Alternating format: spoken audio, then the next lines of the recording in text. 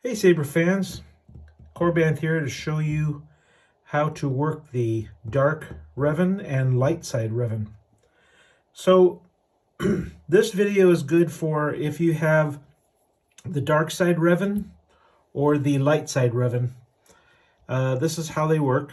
I pulled the chassis out and there's the battery and the end cap and there's the back end. So the first thing that you should do is make sure you charge the battery overnight. So this just goes in here, and then you plug this end into any USB port like a laptop or a computer or a wall USB plug, and then let it charge up the battery overnight. It's very important because the batteries only have about a 3% charge, and you need to charge it overnight. It's very important for the first charge. On the Revan dark side, you'll see there is a plus and negative, and the batteries have also a plus and negative. One rule of thumb is this nub should touch where the plus side is, and then the back side, which is negative, goes on this side. So you can go ahead and pop it in. You are the one who deserves to be the Dark Lord. So that is the button that turns it on and off. So you can turn it on, it'll... Dark Lord of the Sith. This chassis does not come out, it's permanently fixed. I mean, there's a way to get it out, but you might break it, so I would leave it in. Now you can then put this back side on. And then you have two buttons here. One lights it up.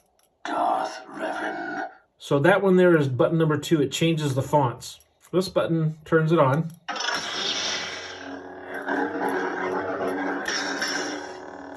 You can twist it to turn it off, or you can push the button to turn it off. Hold it down and turns off. So there's two ways to do that. This button changes I am Bastila Shan. to the different fonts. My life is yours. I am Juhani.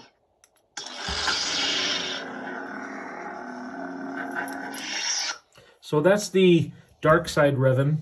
The light side Revan. One thing to know about the chassis is, remember I said there's a nub on the battery and there's a nub here. Always put nub to nub and flat to flat, with the exception of this, the dark Revan. It has two flat ends, but just if you ever see a nub in a battery thing, always put it in.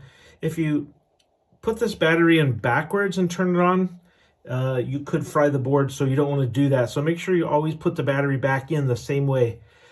Some people I know have even wrote a little plus here and a minus here, like I put inside there, to help them remember. So this goes in.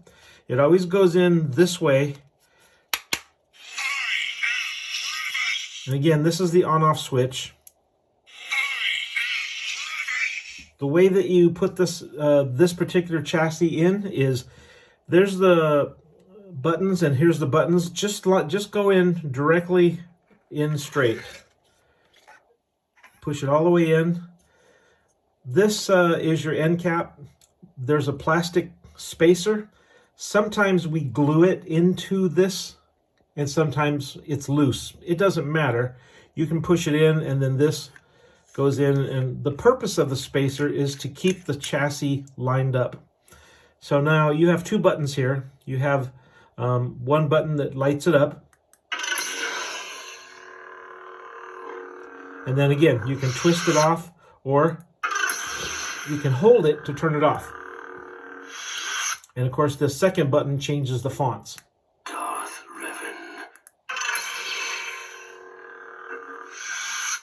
I am Bastila Shan. The other thing to know is you have what's called a blade retention screw.